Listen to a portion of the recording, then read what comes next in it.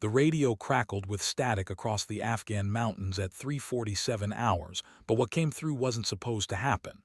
All call signs, this is Overlord. Mission abort. Repeat, abort and return to base immediately. The transmission cut through the pre-dawn darkness like a blade, reaching 6 aircraft scattered across the Hindu Kush. 4 F-22 Raptors, invisible to enemy radar, banked smoothly eastward without question. One AC-130 gunship pulled back from its orbit, its crew already calculating fuel consumption for the return journey. But Hawkeye 7-1 didn't turn around. Major Katia, Reaper, Volkov had been flying combat missions for 8 years, and she'd never heard an abort order with that particular tone. There was something wrong with the transmission, not the words, but the pause before them, the slight tremor in the controller's voice that suggested someone was standing behind him. Through her A-10 Thunderbolt's canopy, she could see the valley below where 12 Navy SEALs had been conducting a reconnaissance mission for the past 72 hours. Their last check-in had been radio silence, which in special operations meant either complete success or complete disaster. The Fairchild Republic A-10 Thunderbolt II wasn't built for speed or stealth. Its twin General Electric TF-34 engines pushed the aircraft through the air at a maximum speed that modern fighters achieved during taxi. But the A-10 was built for one thing: keeping people alive when everything else had gone wrong. The titanium bathtub surrounding Volkov's cockpit could absorb small arms fire, and the GAU-8 Avenger cannon mounted beneath her feet could turn enemy positions into memory.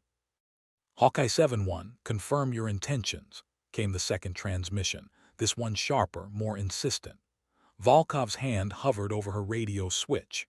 In the distance, she could see heat signatures moving through the valley, too many signatures, too organized to be wildlife. Her targeting pod painted a picture that made her blood freeze. The SEALs were surrounded, outnumbered at least 4-1, and whatever had prompted that abort order wasn't going to help them survive the next 20 minutes. She thought about her grandfather's medals in a box in Colorado Springs, about promises made to fallen friends, about the oath she'd sworn twice, once as a soldier, once as a pilot. The radio crackled again. This time she turned it off. 1,200 feet above the valley floor, Major Katia Volkov pushed her throttles forward and dove toward a firefight that officially wasn't happening, carrying enough ammunition to level a city block, and a reputation that had been forged in the crucible of every close air support mission that mattered. The SEALs below didn't know her call sign yet, but they were about to learn why enemy forces across 3 theaters had learned to fear the sound of twin turbofans approaching from the south. In 17 minutes, everything would change. The abort order, the surrounded SEALs, and the quiet pilot who'd been overlooked for promotion twice would all become part of a story that would echo through military corridors for decades. But first, Volkov had to survive long enough to tell it. The sun was still an hour from rising, but the war below had already begun. Major Volkov's A-10 descended through 8,000 feet, her engines producing the distinctive whine that ground forces called the sound of salvation arriving. Through her head-up display, she could see the tactical situation developing with crystalline clarity. The 12 SEALs had established a defensive perimeter on a rocky outcrop halfway up the valley's eastern slope, but they were pinned down by crossfire from 3 separate positions. Her targeting system identified at least 30 enemy combatants armed with RPGs, heavy machine guns, and what appeared to be a recoilless rifle. The mathematics were brutal and simple. The SEALs had perhaps 20 minutes of ammunition remaining. The nearest friendly forces were 47 minutes away by helicopter, assuming they could even launch without proper authorization. The enemy had time, position, and numbers. What they didn't have was air support. Volkov's fingers moved across her weapons panel with the precision of a concert pianist. The GAU-8 cannon contained 1,174 rounds of 30 depleted uranium ammunition, each projectile capable of penetrating tank armor. Her external pylons carried a mixed load. Maverick missiles for hardened targets, 70 rockets for area suppression, and two 500-pound general-purpose bombs that could level buildings. It was enough firepower to eliminate a battalion, but the challenge wasn't destruction, it was precision. Guardian 2-4, Guardian 2-4, this is any available air support, came a voice through her headset, transmitted on the emergency frequency. The speaker's call sign identified him as a Navy SEAL team leader, and his voice carried the controlled desperation of someone who'd calculated the odds and found them wanting. We are pinned down grid coordinates 34.2847 north, 69.1784 east, taking heavy fire from multiple positions. Request immediate close air support, over. Volkov keyed her microphone. Her voice was steady, professional, betraying none of the adrenaline coursing through her system. Guardian 2-4, this is Hawkeye 7-1. I have you visual 12 souls on the outcrop. Confirm you can mark target positions, over. The relief in the SEAL's voice was audible. Hawkeye 7-1, Guardian 2-4. Affirmative, we have infrared strobes and can laze targets. Be advised, we're in a world of hurt down here. Enemy positions at your 2 o'clock, 7 o'clock, and 10 o'clock relative to our position. Heavy automatic weapons and RPGs confirmed. Through her targeting pod, Volkov could see the enemy positions with perfect clarity. The Taliban fighters had chosen their ambush site well, 3 interlocking fields of fire with natural cover and elevation advantage. Under normal circumstances, this would require a coordinated strike from multiple aircraft, probably preceded by electronic warfare support and definitely supported by ground-based artillery. But circumstances hadn't been normal since the moment she'd received that abort order. Her grandfather had flown P-47 Thunderbolts over Europe in 1944, and it taught her that sometimes the mission comes down to one pilot making one decision that changes everything. Volkov rolled her A-10 into a steep dive, lining up on the northernmost enemy position. The first lesson of close air support warfare is that distance equals safety, but effectiveness requires proximity. At 2 miles, Volkov's cannon was accurate but not devastating. At 1 mile, it was devastating but vulnerable to small arms fire. At half a mile, it was apocalyptic, but it meant flying directly through the cone of fire from every weapon in the valley. Major Volkov selected half a mile and pushed her nose down until the rocky outcrop where the SEALs were fighting filled her entire windscreen. The GAU-8 Avenger cannon is not a weapon in the conventional sense. It's a force of nature harnessed by human engineering. When Volkov squeezed the trigger, 65 rounds per second erupted from the 7-barrel rotary cannon, each projectile leaving the muzzle at 3,500 feet per second. The recoil was so violent that the A-10's airframe was specifically designed to absorb the shock without disintegrating. The sound was unlike anything else in modern warfare, a deep, grinding roar that seemed to tear reality apart at the molecular level. The first burst lasted 3 seconds and consumed 195 rounds of ammunition. The enemy position at the valley's northern edge simply ceased to exist. Rock, wood, metal, and flesh were reduced to dust and memory by depleted uranium projectiles traveling faster than most rifle bullets. The silence that followed lasted exactly long enough for the sound to echo off the surrounding peaks, and then the surviving enemy positions erupted in panicked gunfire. "Holy shit, Hawkeye 7-1, came the SEAL's voice, no longer controlled, no longer professional. "That was beautiful. Enemy position north is eliminated. Can you work the eastern slope?" Volkov was already banking hard left, pulling 4GS while scanning for her next target. Through her canopy, she could see muzzle flashes winking like deadly stars against the mountainside. Her aircraft bucked and shuddered as small arms rounds found their mark, but the A-10's armored cockpit absorbed the impacts like a stone accepts raindrops. Warning lights flickered across her instrument panel, hydraulic pressure dropping, engine temperature climbing, but everything that mattered was still functional. The eastern position had learned from the destruction of the northern group. Instead of presenting a concentrated target, they'd scattered among the rocks and were engaging her aircraft with everything they had. RPGs streaked past her canopy close enough to count the rivets, and she could hear the metallic ping of rifle rounds striking her aircraft's titanium skin. But they'd made a tactical error in their panic. They were all shooting at her instead of the SEALs. For the first time in 90 minutes, the Navy Special Operations Team had room to maneuver. Guardian 2-4, you've got mobility, Volkov transmitted while lining up her second attack run. Enemies focused on me. Suggest you relocate to better cover. Already moving, Hawkeye 7-1. You've got balls of steel, pilot. Volkov smiled grimly as she rolled inverted and pulled her nose toward the eastern slope. Guardian 2-4, you have no idea. Her second attack run was different from the first, lower, faster, more desperate. The remaining enemy positions had calculated her tactics and adjusted their fire accordingly. The western position was now shooting at her predicted flight path rather than her current position, and their accuracy was improving with each passing second.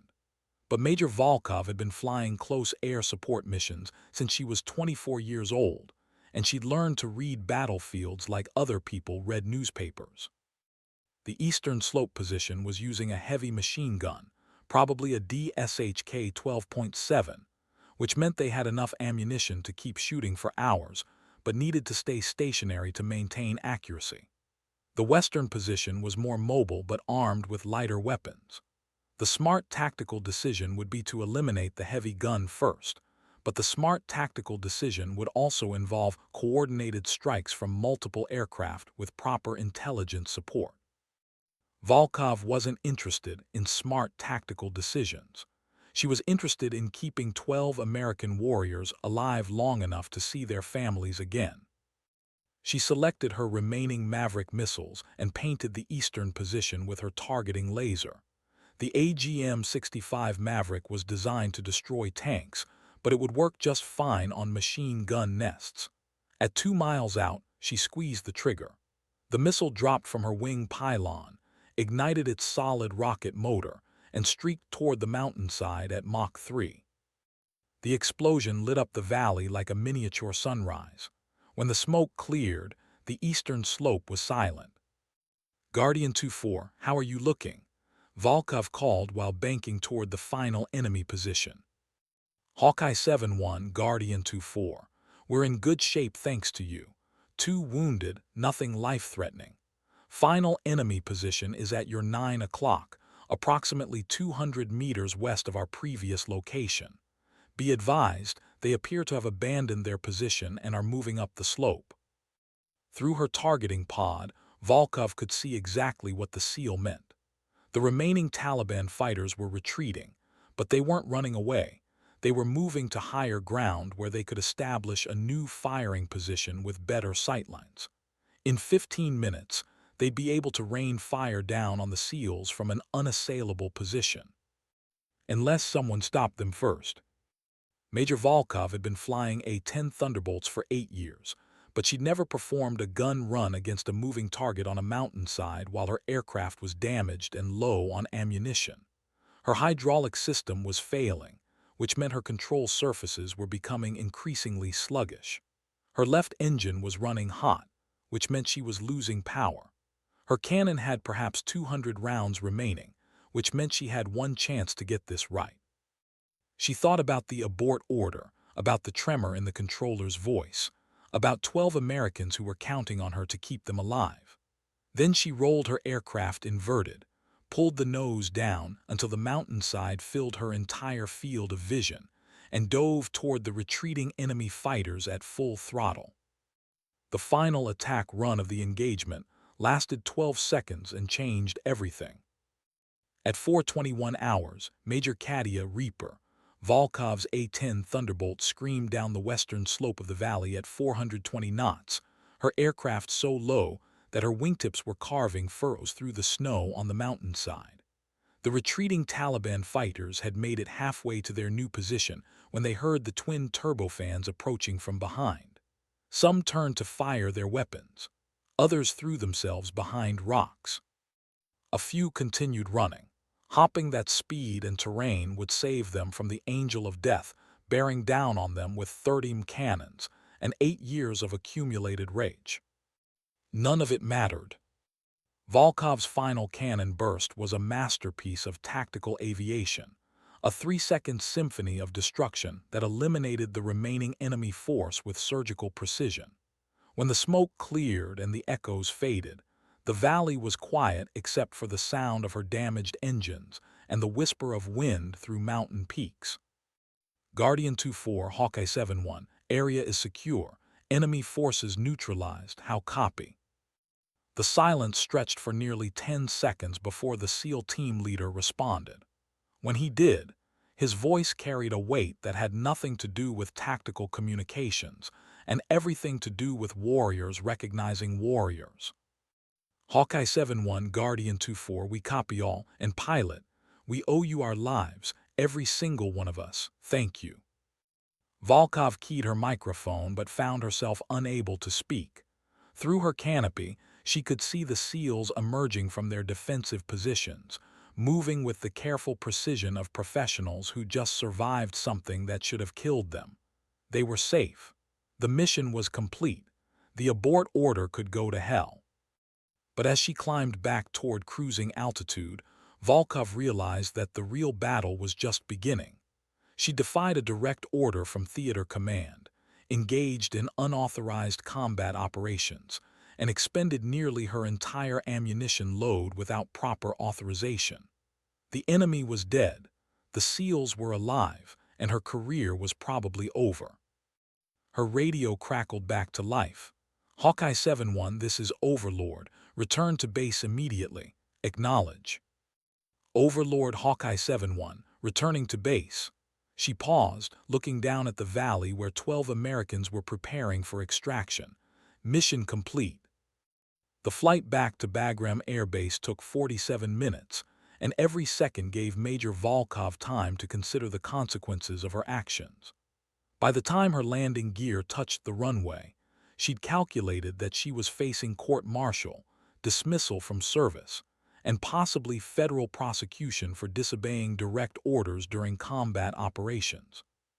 What she hadn't calculated was the crowd waiting for her on the tarmac. The news had traveled faster than her damaged A-10.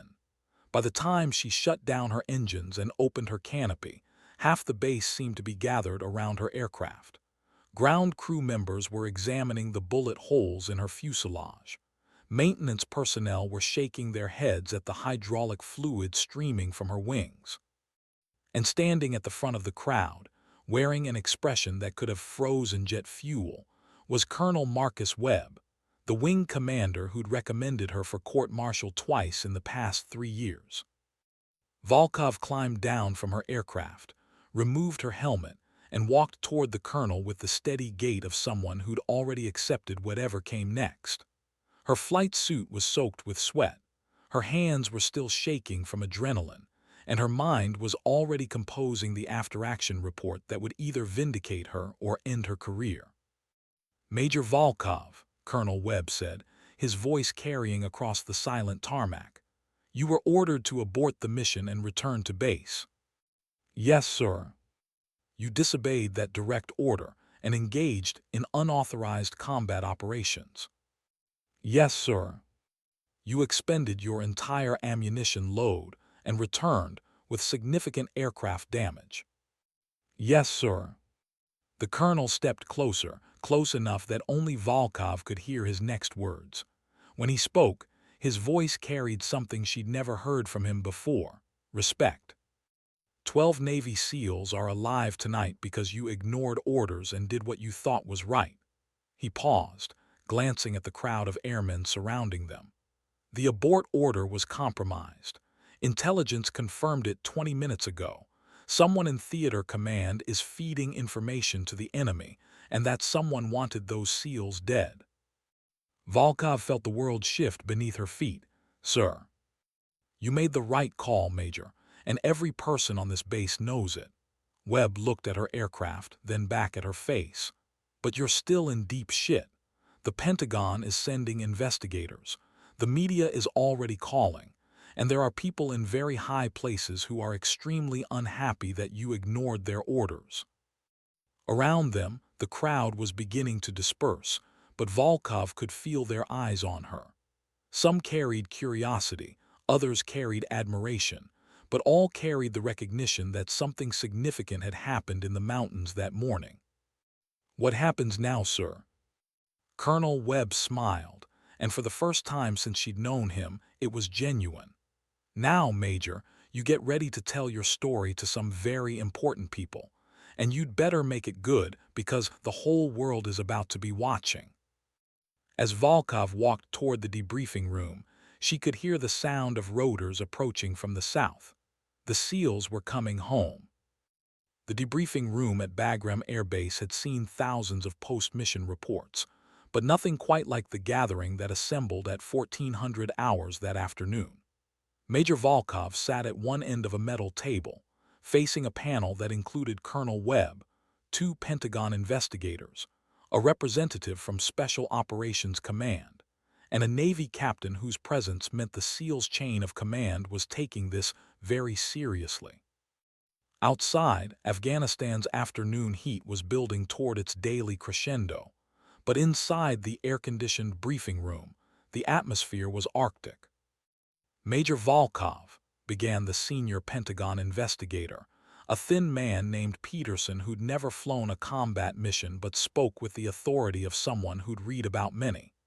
"Let's start with the abort order. You received a direct command to return to base, but you chose to ignore it. Explain your reasoning." Volkov had spent 6 hours preparing for this moment, but now that it was here, she found herself thinking not about regulations or career consequences, but about the sound of the SEAL team leader's voice when he'd called for help. "Sir, the abort order was tactically unsound given the situation on the ground. 12 American warriors were in immediate danger, and I was the only asset in position to provide assistance." "But you had no authorization to engage in combat operations," Peterson continued. "Your orders were clear." "Yes, sir, but my oath was clearer." The Navy captain leaned forward. His name tag read Morrison, and the ribbon on his chest indicated he'd served in Iraq, Afghanistan, and Somalia. "Major, those 12 SEALs you saved have submitted their own report. Would you like to hear what they said?" Before Volkov could respond, Morrison opened a folder and began reading. Major Volkov's actions were tactically sound, professionally executed, and directly responsible for our survival. Without her intervention, our team would have been overrun within minutes. Her decision to ignore the abort order and provide close air support represents the finest traditions of military aviation and inter-service cooperation. Peterson's expression remained unchanged. "That doesn't address the fact that she disobeyed direct orders." "No," Morrison replied, "but it addresses the fact that those orders would have resulted in 12 dead Americans." He closed the folder and looked directly at Volkov. "Major, the SEAL team leader wants to know if he can buy you a beer when this is all over." For the first time in hours, Volkov smiled. "Tell him I prefer whiskey, sir." The questioning continued for another 2 hours, covering everything from ammunition expenditure to radio protocols to the specific tactical decisions she'd made during each attack run. Through it all, Volkov maintained the same steady professionalism that had carried her through 8 years of combat operations, answering each question with precision while never once expressing regret for her actions. Finally, Peterson closed his notebook and looked across the table. "Major Volkov, pending the outcome of this investigation, you're grounded indefinitely. You're also restricted to base until further notice." Colonel Webb cleared his throat. "With respect, sir, I don't think that's going to be possible." "Why not?" "Because she's been requested by name for a mission briefing tomorrow morning. High priority, direct from CENTCOM." Webb smiled slightly. "Seems someone up the chain of command thinks Major Volkov has exactly the kind of judgment they're looking for." As the debriefing broke up, Volkov remained seated while the investigators filed out. Morrison was the last to leave, and he paused beside her chair. "Major, that SEAL team leader I mentioned. His name is Commander Jake Harrison. He's been fighting in these mountains for 6 years, and he told me you're the finest pilot he's ever worked with." Morrison's voice dropped to a whisper. "He also told me that if the Pentagon tries to crucify you for saving his team, he'll personally deliver their after-action report to every news outlet in America." After he left, Volkov sat alone in the briefing room, listening to the distant sound of aircraft taking off and landing. Through the window, she could see mechanics working on her A-10, repairing the damage from that morning's engagement. The bullet holes had been patched, the hydraulic leaks sealed, the engines inspected and certified for flight. Tomorrow, she would discover what came next.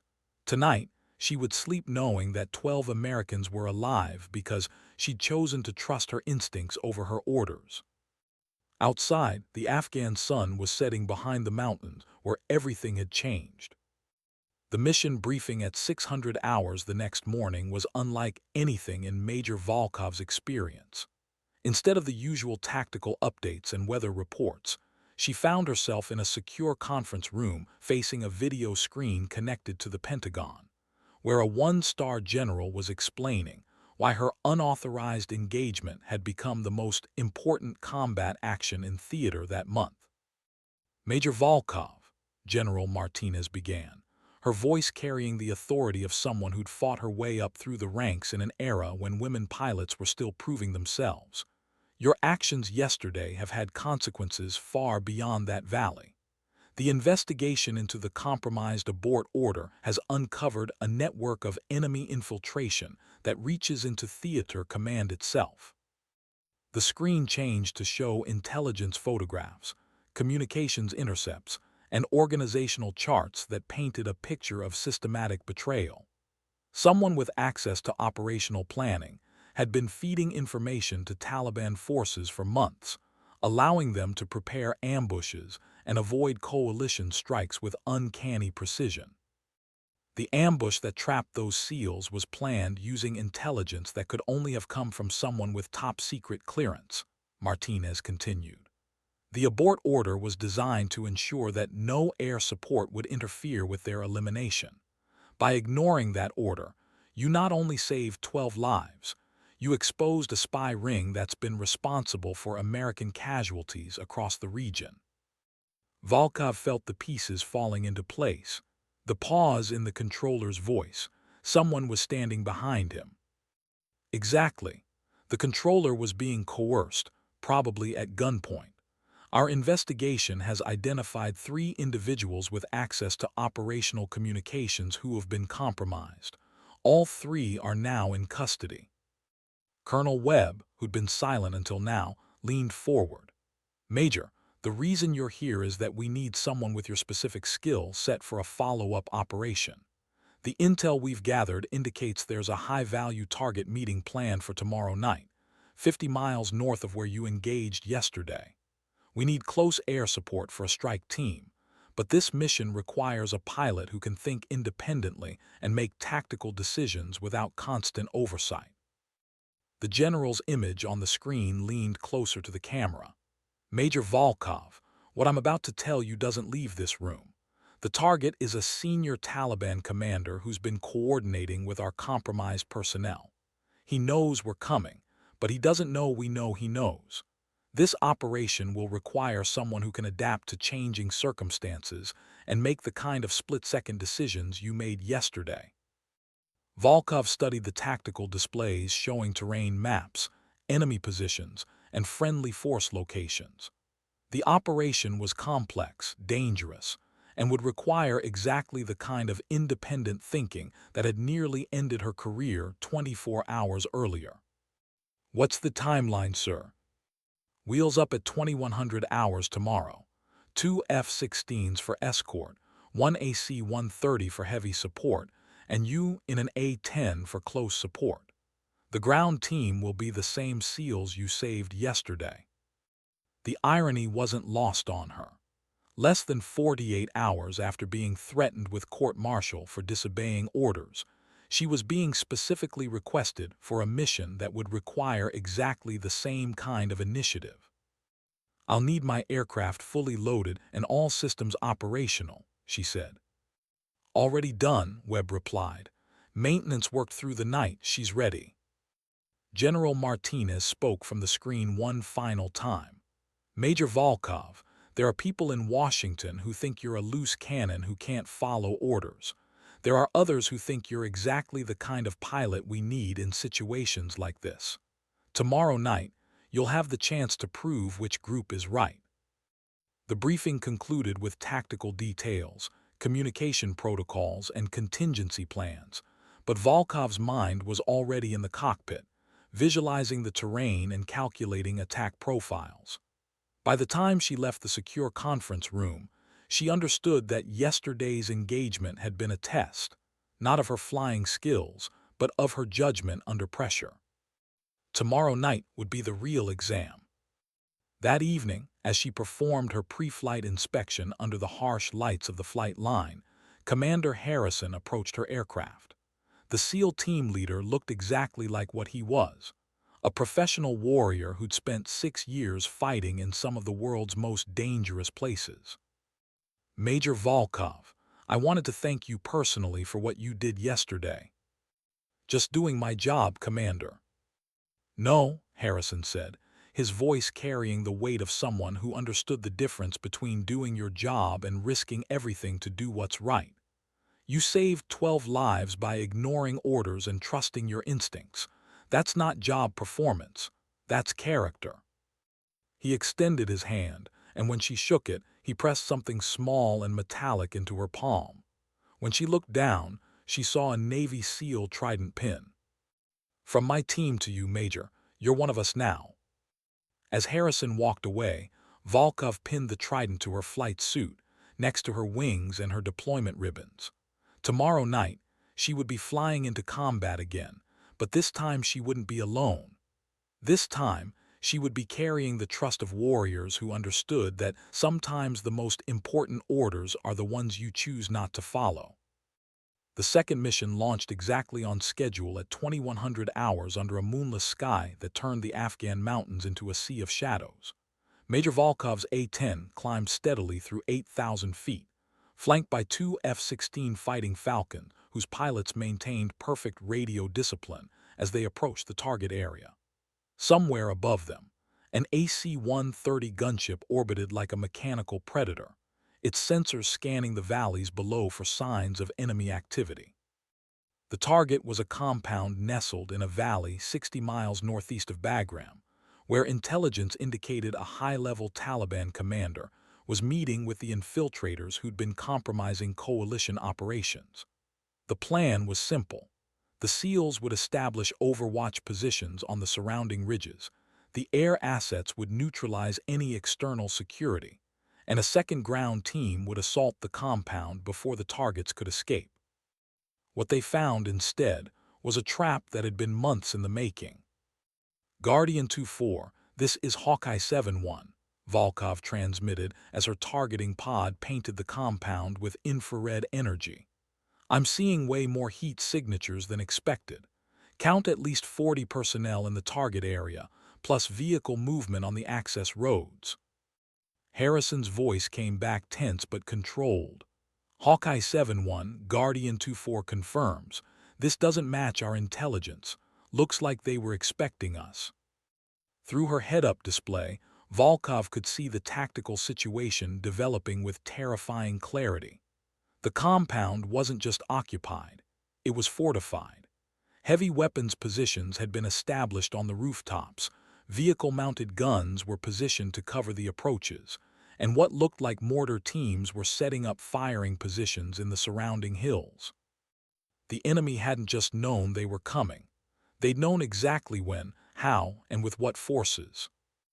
"All call signs, this is Overlord," came the voice of the mission controller, transmitted from the operations center at Bagram. "Proceed with mission as planned. Neutralize external security and prepare for ground assault."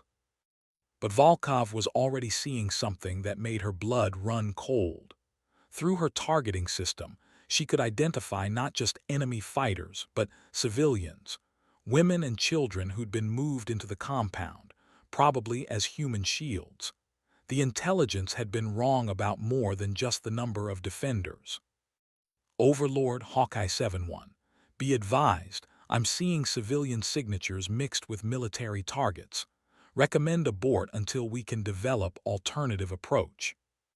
The silence that followed lasted exactly 3 seconds, long enough for Volkov to remember another abort order, another compromised transmission, another moment when following orders would have resulted in American deaths.